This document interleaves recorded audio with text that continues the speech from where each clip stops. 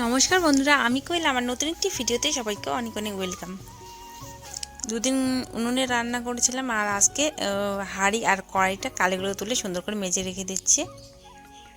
এরপরে আমি উনুনেই রান্না করব। আমার পিছনে দেখতে পাচ্ছ কিছু খড়ি আছে, সেইগুলো যতদিন না শেষ হচ্ছে মানে ভাত অথবা সবজিটা কিছু একটা উনুনের মধ্যে রান্না করব, তবে হোলির পরে আকাশটা একটু ঠিক হোক তারপরে, কারণ এখন মেঘলা মেঘলা ওয়েদার, ওই জন্য আর ঠান্ডা ঠান্ডা লাগে, হাওয়া বাতাস সাথে বৃষ্টিও হয়, ওই জন্য মেজটা যে রেখে দিচ্ছি, কালী হোলির পর থেকে যে কোনো আমি রান্না করব।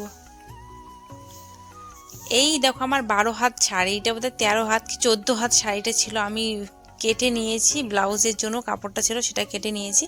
আর এত বড় একটা শাড়ি মাম্মামকে কি করে পরাবো বুঝতেই পারছিলাম না, তো কত কষ্ট করে ম্যানেজ করে নিলাম।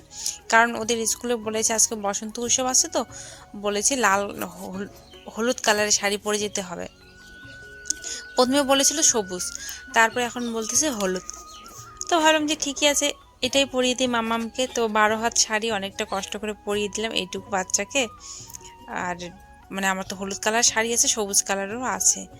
তারপরে এদিকে চলে আসলাম, ভাত হয়ে গেছে, ভাত বসিয়ে দিয়েছিলাম, লেটও অনেকটা হয়ে গেল। এইসব কাজ করতে করতে না অনেকটা লেট হয়েছে। ডিম নিয়ে আসি, ডিম রান্না করতে আর পারলাম না, দুপুরবেলা মামলেট করে খাবো। আলু দিয়ে ডিম রান্না করতাম, তো সেটা আর হলো না। এদিকে ভাত, ডাল সিদ্ধ, আলু সিদ্ধ বসিয়ে দিয়েছে। হাঁসের ডিম ভাতের মধ্যে দিতে ইচ্ছে করে না, আর যদিও কখন আমি দেই ওই যে মুরগির ডিমটা দিয়ে থাকি, তো প্লাস্টিকের মধ্যে করে দেই। আর হাঁসের ডিমের মধ্যে অনেকটা নোংরা থাকে, তো এদিকে মাম্মামের আমার রেডি করা হয়ে গেছে। যেভাবে পেরেছি তাড়াহুড়োর মধ্যে পরিয়ে দিয়েছে শাড়ি। ওইদিকে একজন আমার শাশুড়ি মা আসলো, তো ওনাকে বললাম যে বসো, আমার একদম সময় নেই, আমার মেয়ের লেট হয়ে গেছে, কান্নাকাটি করতেছে, একদম কান্না করতে করতে চোখ লাল করিয়ে দিয়েছে, এত কান্না করেছে ও। তো সেই কারণেই এখন ওকে আমি রেডি করে দেওয়া হয়ে গেল। ডাল সিদ্ধর মধ্যে আমি আলুটা সিদ্ধ দিয়েছি, আর ভাত রান্না করলাম এক্সট্রা করে, দুবেলায় রান্না করেছি যাতে করে দুপুরবেলায় রান্না করতে আর না হয়। তো একটা থালার মধ্যে দুজনের জন্য নিয়ে নিয়েছি, মাম্মামের জন্য আর আমার জন্য। আর ডাল সিদ্ধর সঙ্গে একটুখানি সর্ষের তেল দিয়েছি। আজকে না সব কিছু সিদ্ধ, লঙ্কাটাও সিদ্ধ দিয়েছি, মানে ভাজার মতন সময় নেই। একটু যদি আলু সেনাটা লাল লাল করে শুকনো লঙ্কা দিয়ে মাখি, আর তার সাথে যদি ডাল সিদ্ধ হয়, বাস একদম জমে যায়। তবে খেতে মন্দ লাগেনি, ভালোই লেগেছে, অনেকদিন পর আজকে ডাল সিদ্ধ খেলাম তো। আর আলু মাখাটা মানে সিদ্ধ লঙ্কা দিয়ে করেছিলাম, কাঁচা লঙ্কা সিদ্ধ দিয়েছিলাম ডালের মধ্যে। ওইদিকে মামামকে খাইয়ে দিচ্ছে, আমিও একদম ঝটপট করে রেডি হয়ে গেলাম। এই শাড়িটা পরে সময় নেই, ওদেরকে তাড়াতাড়ি যেতে বলছিল, তখন তো অনেকটা লেট হয়ে গেল সেই তুলনায়। ভালোবাসা, আমরা ভালো আছি। এই যে মাম্মাম রেডি, মাম্মামকে রাখতে যাচ্ছি এখন, আর আমিও যাচ্ছি ওর স্কুলে, আমিও স্কুলে থাকবো। তো এখন 11টার মতন বাজে। আসো, অসুবিধা হচ্ছে হাঁটতে। হ্যাঁ দাদা দাদা দাদা, হ্যাঁ চলো। তো ওই যে যাচ্ছি, আর তাড়াহুড়ো করে একটু মানে খাইলাম না, একদম কি বলবো, দম বন্ধ করে বোধহয় খাইছি, এরকম একটা ব্যাপার। হ্যাঁ, ফোন করতে লাগবে। তো এইখানে একটু শাড়িটা ঠিক করে নিলাম, রামিটা বেরিয়ে গেছে, একটা মারে নেই। তো কাকিমাদের বাড়িতে ঢুকে শাড়িটা ঠিক করে নিলাম, একদম তাড়াহুড়ো তাড়াহুড়ো। তো এই যে কাকিমা, কাকিমার চুলগুলো সেই লম্বা লম্বা।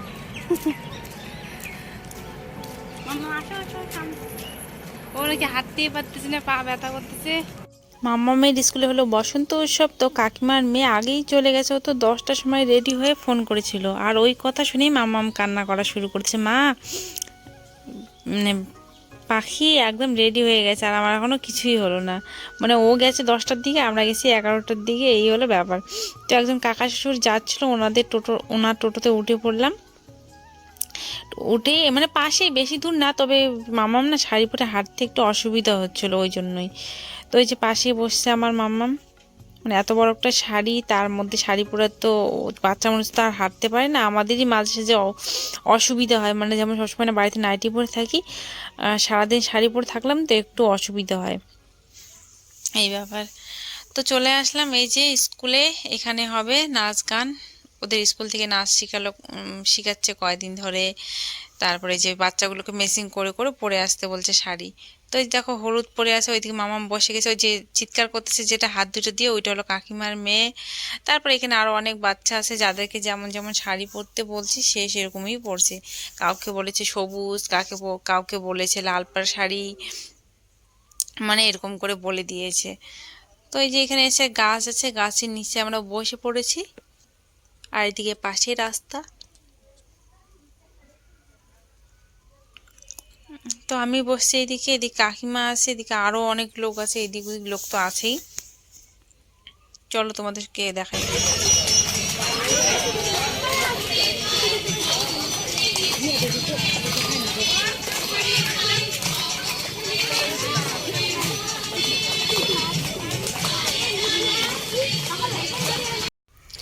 তো আসার পর সবগুলো বাচ্চা একসঙ্গে হয়ে গেছে, আর দেখতে কত সুন্দর লাগছে কি বলবো। বসন্ত এসে গেছে, মানে বসন্ত এসেই গেছে, এত সুন্দর লাগছিল দেখতে। তারপর এদিকে দেওয়া হচ্ছে হলো আবির, আর এখন বাচ্চাগুলো সবাইকে রং দিচ্ছে। বড়রা যেমন আসছে, অনেকে আসছে, তো সব মানে দেখাই তো নেই, অনেকেই আসছে, অনেকের মাটা আসছে, যাদের বাচ্চা ছোট তারা আসছে।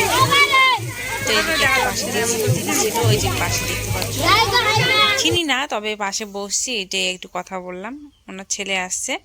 তারপরে হলো আরো অনেকেই ছিল।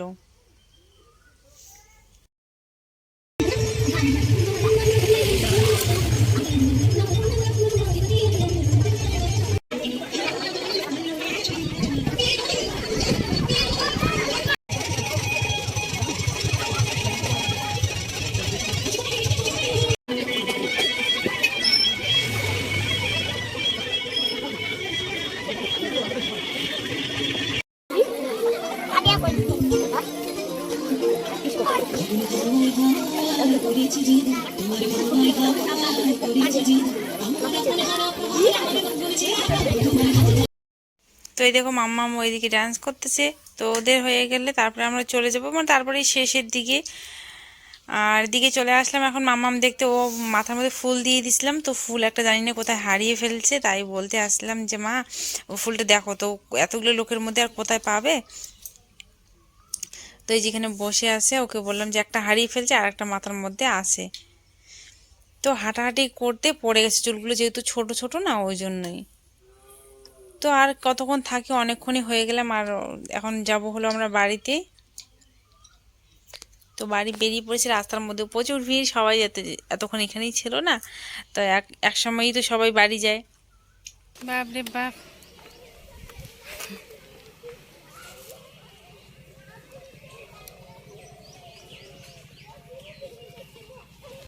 শাড়ি পরে যদি উল্টি পড়েন না, তোরা বেলা দেখা যায়।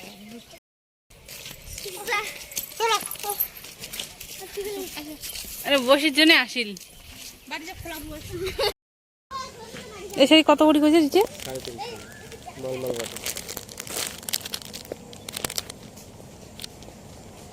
আর কালারটা শেষ হয়ে গেছে।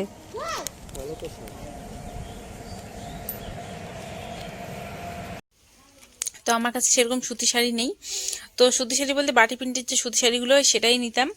তো সেদিন আমি বলে রাখছিলাম যে আমার জন্য শাড়ি নিয়ে আসো একটু অন্যরকম কালার, ইউনিক কালারে।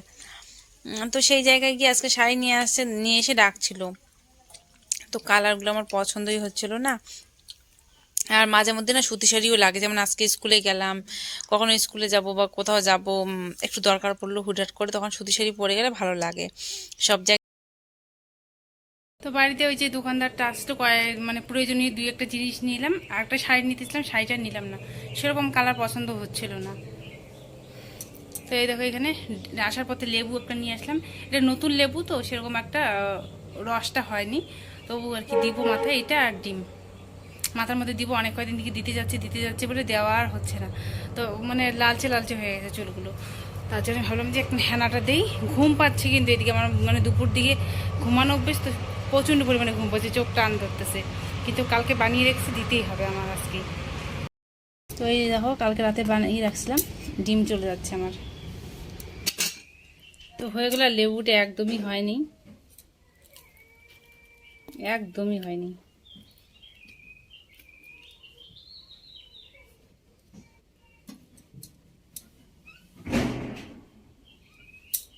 মানে নতুন তো, নতুন গাছের, ওই জন্যই।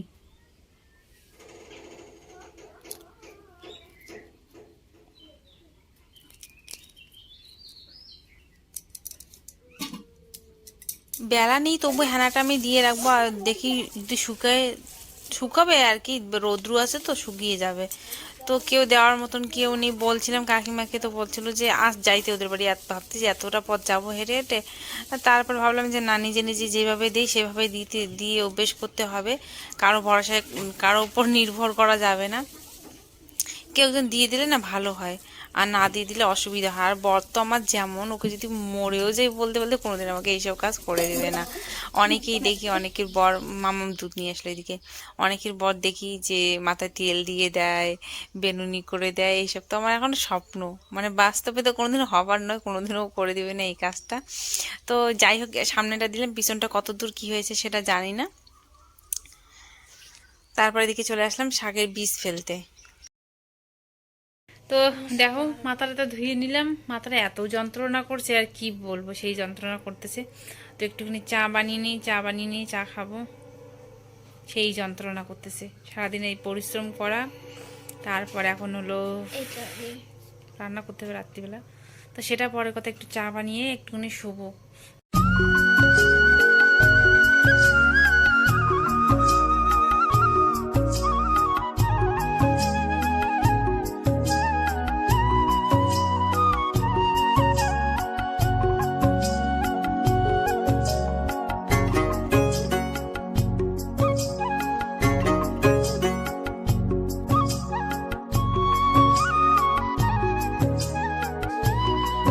এই যে চা আমাদের, তো এই যে চা নিয়ে নিলাম।